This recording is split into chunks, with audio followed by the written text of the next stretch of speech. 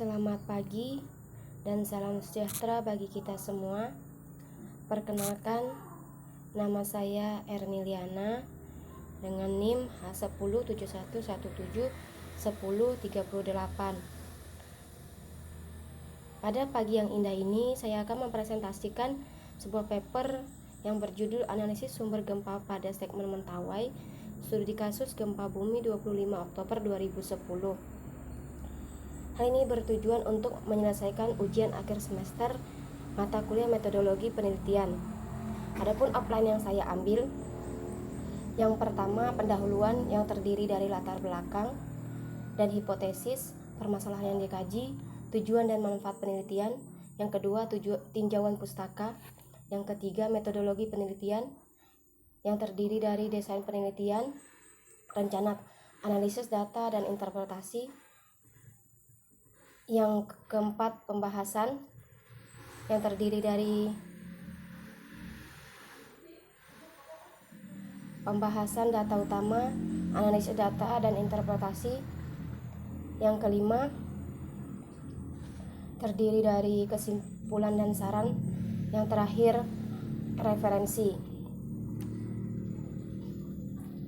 Latar belakang dari analisis sumber gempa pada segmen Mentawai ini dapat dilihat pada gambar yang pertama, di mana Indonesia terletak pada batas pertemuan 4 lempeng, yaitu lempeng Eurasia, lempeng Pasifik, lempeng Indo-Australia, dan lempeng mikro Filipina, yang termasuk lempeng tektonik besar di dunia yang masih aktif sampai sekarang. Pertemuan antara 4 lempeng ini merupakan salah satu daerah sumber gempa bumi. Dampak dari kondisi tektonik ini yang menjadikan Indonesia sangat rawan terhadap bencana gempa bumi. Karena itulah dengan sendirinya Indonesia juga rawan bencana tsunami.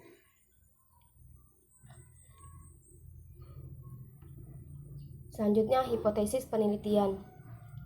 Untuk mendesain parameter gempa bumi dilakukan melalui pendekatan analisis kondisi geologi area penelitian di segmen Mentawai. Pada pendekatan ini, sumber gempa bumi di segmen Mentawai disebabkan oleh sesar naik yang mengakibatkan terjadinya tsunami. Pemodelan sumber gempa bumi sebagai pembangkit tsunami pada segmen ini menjadi sangatlah penting mengingat potensi gempa bumi dan tsunami pada segmen ini masih sangat besar. Dengan melakukan pemodelan sumber gempa bumi sebagai pembangkit tsunami di segmen ini, diharapkan dapat diaplikasikan ke dalam program mitigasi bencana tsunami dan juga sebagai dasar pengambilan keputusan untuk evakuasi pada potensi tsunami saat terjadi gempa bumi. Dan selanjutnya kita masuk ke dalam perumusan masalah.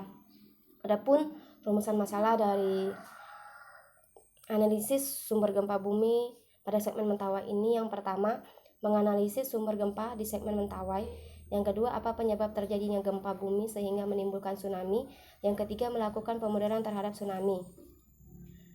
Pada penelitian ini bertujuan untuk melakukan pemodelan sumber gempa bumi sebagai pembangkit tsunami pada segmen Mentawai yang difokuskan pada kejadian gempa bumi dan tsunami.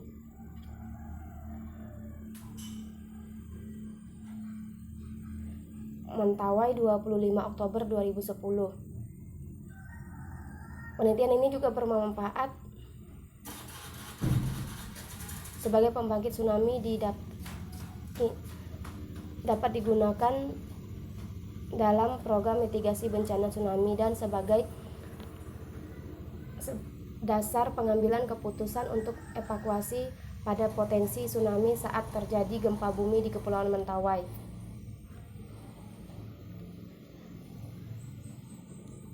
Untuk masuk dalam pembahasan yang kedua, yaitu kita masuk dalam tinjauan pustaka.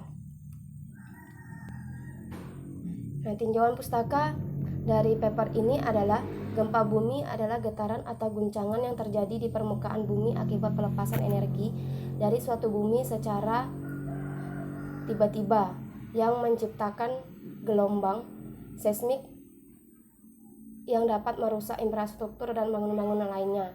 Bumi yang memiliki tsunami magnitudo tinggi dapat menyebabkan tsunami. Gempa bumi yang menyebabkan tsunami disebabkan oleh pergeseran lempeng-lempeng secara mendadak yang mempunyai kekuatan yang sangat besar.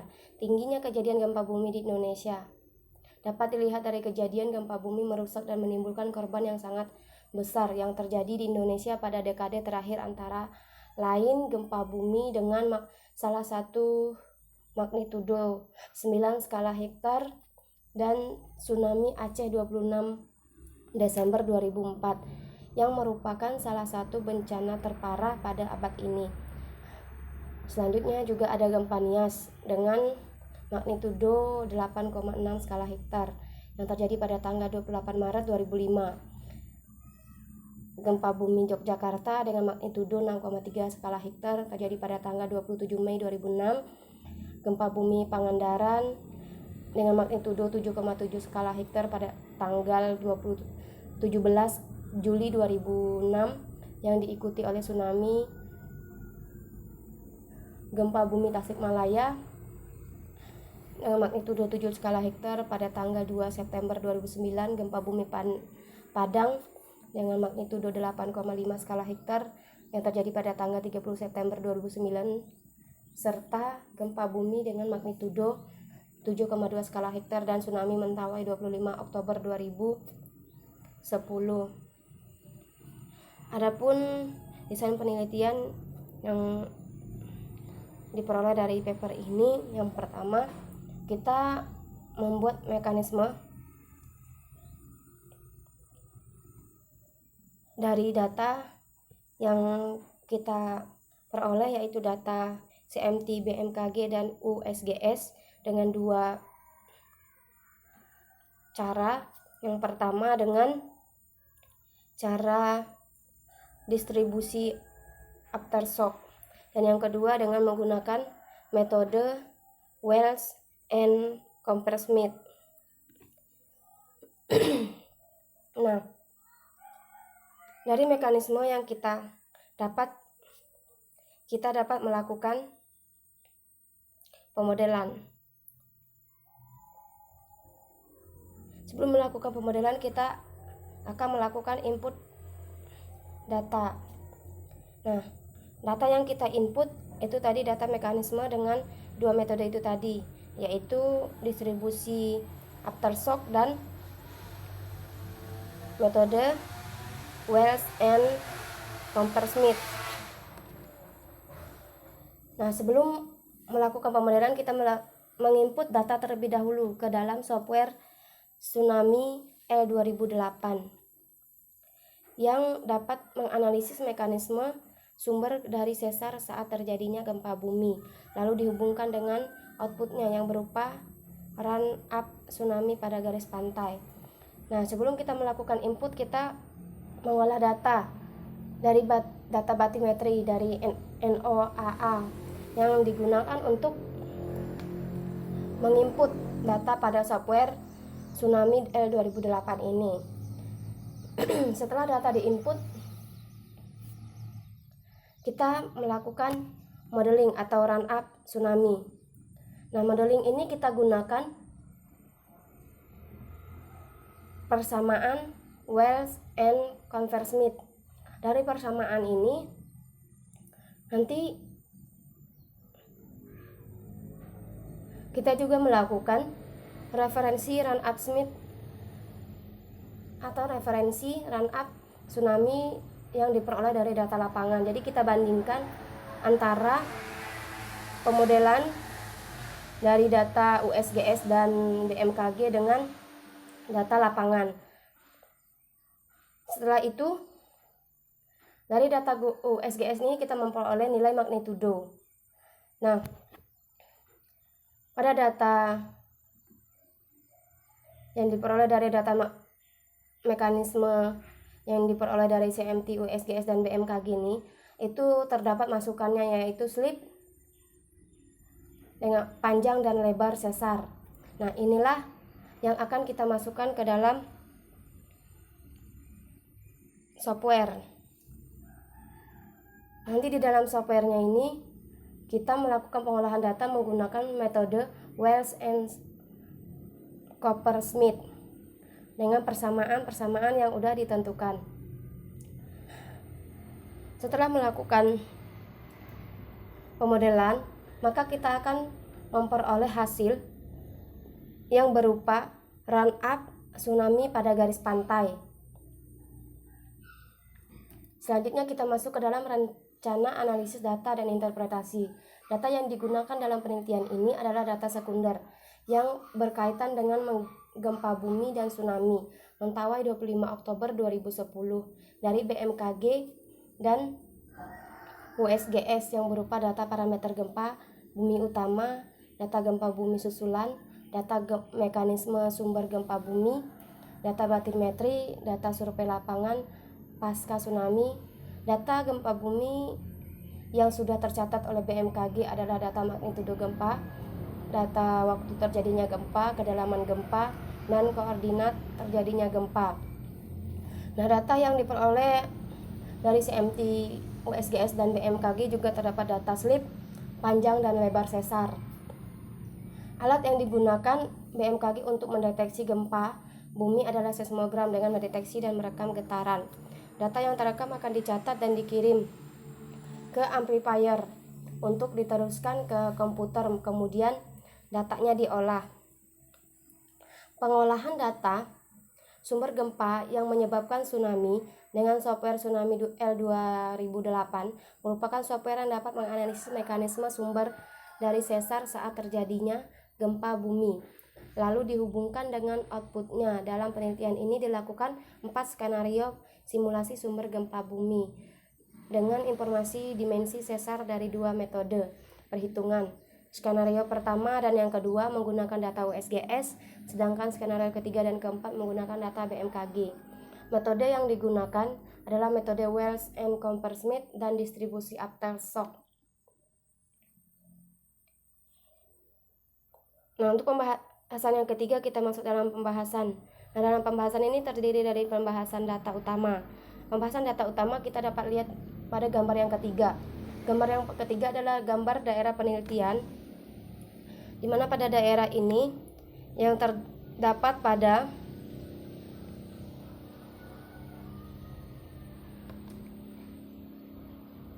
sebelah timur dibatasi Pulau Sumatera, sebelah barat, utara, dan selatan dibatasi oleh Pulau Sumatera Samudra Hindia. Nah, penelitian ini difokuskan pada dengan batas 98 derajat sampai 101 derajat bujur timur dan 1 derajat sampai 4 derajat lintang selatan. Nah, penelitian ini dilakukan pada Kepulauan Mentawai. Dari gambar yang keempat itu menunjukkan perbandingan analisis parameter gempa bumi dari BMKG dan institusi lainnya. Nah, dapat dilihat bahwa penelitian yang terdapat di Pulau Mentawai itu hampir sama dengan yang perbandingan analisis parameter gempa bumi dari BMKG dan institusi lainnya.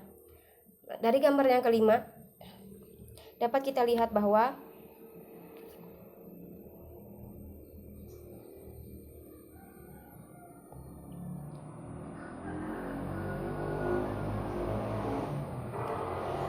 panjang dan lebar sesar dapat ditentukan dari daerah distribusi main stroke-nya. Gempa bumi kecil sebelum forestshock dan aftershock berdasarkan data distribusi aftershock dari BMKG diperoleh dimensi sesar dengan panjang kurang lebih 180 km, lebar 110 km, dan slip kurang lebih 7 meter. Untuk pembahasan yang kedua, itu kita masuk dalam pembahasan analisis data dan interpretasi. Nah, pembahasan analisis data dapat kita lihat pada gambar yang ke-8. Gambar yang ke-8 itu menunjukkan bahwa plot cross section itu kita buat dari A ke B pada daerah Pulau Pagai, yang kita buat garis linier supaya kita dapat membuat asumsi pada daerah tersebut dengan interval 3.3.445 km. Nah, dengan hal ini kita dapat mendeteksikan bahwa daerah tersebut terdapat penampang kerak samudra. Nah, untuk lebih jelasnya kita dapat memperhatikan gambar yang ke-9. Nah, di situ nampak jelas terdapat penampang samudra yang ditunjukkan oleh garis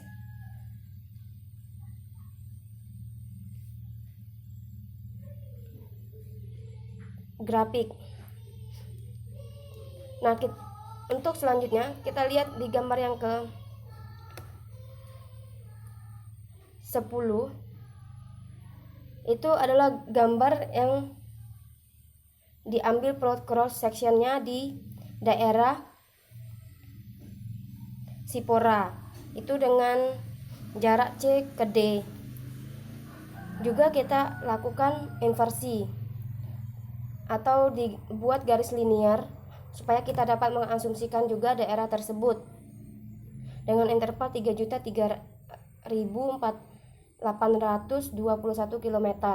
Nah, pada area ini juga dapat kita lihat hasilnya di grafik yang di gambar 11. Nah, grafik tersebut menunjukkan bahwa di daerah tersebut terdapat penampang kerak samudra.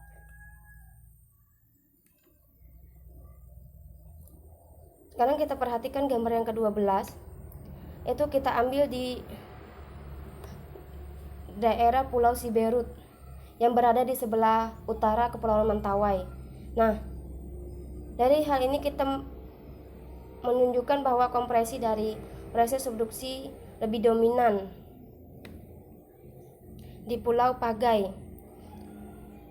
Kita lihat di Pulau Siberut itu jarak antara E ke F-nya itu kita buat juga linear supaya dapat kita asumsikan dengan asumsi yang sama dengan Pulau Pagai dan Sipora dengan interval 3.2.072 km. Nah, di Pulau Siberut ini dapat kita lihat di grafik itu juga menimbulkan atau terdapat kerak samudra.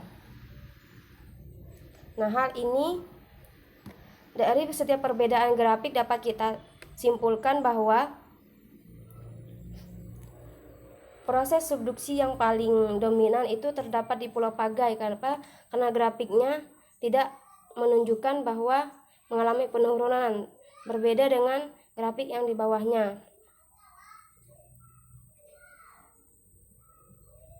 Terus selanjutnya kita masuk dalam pembahasan pemodelan deformasi vertikal sumber gempa bumi. Nah, untuk pemodelan deformasi vertikal sumber gempa bumi, kita melakukan pengolahan data menggunakan software Tsunami L2008 untuk skenario pertama model sumber gempa bumi. Itu dapat kita lihat di gambar 14 yang di bagian sebelah kiri. Itu model sumber gempa bumi yang mengacu pada persamaan Wells dan konversif dengan mekanisme sumber gempa bumi dari USGS, sehingga hasil yang diperoleh berupa vertical displacement sekitar 1,83 meter. Nah, untuk gambar di sebelahnya itu adalah sumber gempa bumi skenario kedua yang mengacu pada mekanisme sumber gempa dari USGS dan distribusi gempa bumi susulan. Nah, yang gambar 14 kedua nih, 14B itu adalah gempa bumi susulan dengan hasil keluaran vertikal displacement-nya sekitar 2,37 meter. Nah, untuk gambar yang ke-15 itu adalah skenario ketiga dari sumber gempa bumi yang mengacu pada persamaan Wells dan konversif dengan mekanisme gempa bumi dari BMKG dengan hasil keluaran 4,52 meter. Nah, untuk yang gempa susulan yang berada di sebelah kanannya itu model sumber gempa bumi skenario keempat yang mengacu pada mekanisme sumber gempa bumi dari BMKG dan distribusi gempa bumi dengan hasil vertical displacement-nya sekitar 4,8 meter.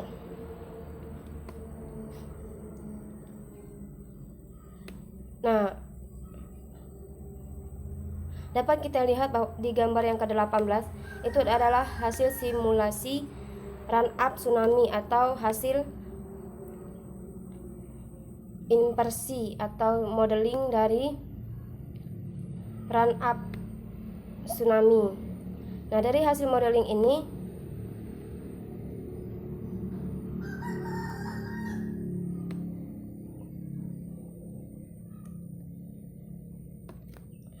yang menggunakan software Tsunami L 2008 dengan data BMKG yang mengacu pada persamaan Well dan Coppersmith yang memiliki ketinggian 4,6 meter di dusun Maunai di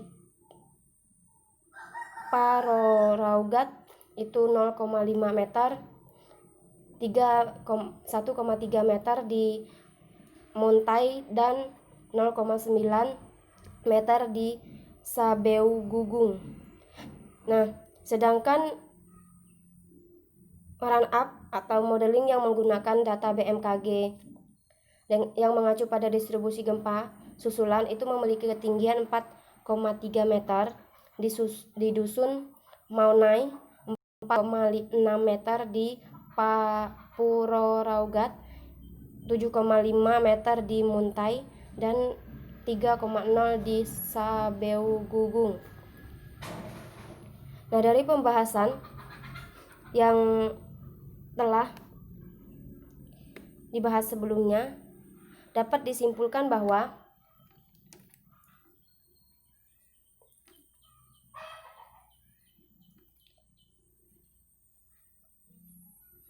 hasil run-up simulate metode tsunami L 2006-2008 memiliki pola distribusi yang relatif sama dengan run-up tsunami berkisar 6-8 meter dan memiliki RMS error 0,8-1,4, yaitu distribusi run-up tsunami yang relatif tinggi di Pulau Pagai Selatan dan menurun di Pulau Pagai Utara.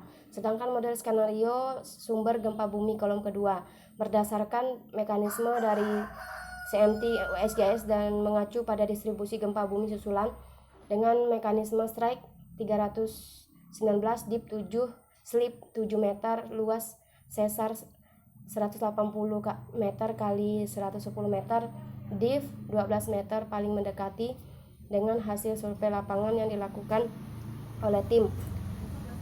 Berdasarkan analisis yang telah dilakukan, pengembangan penelitian selanjutnya dapat diperdalam lagi dengan metode studi kasus atau gempa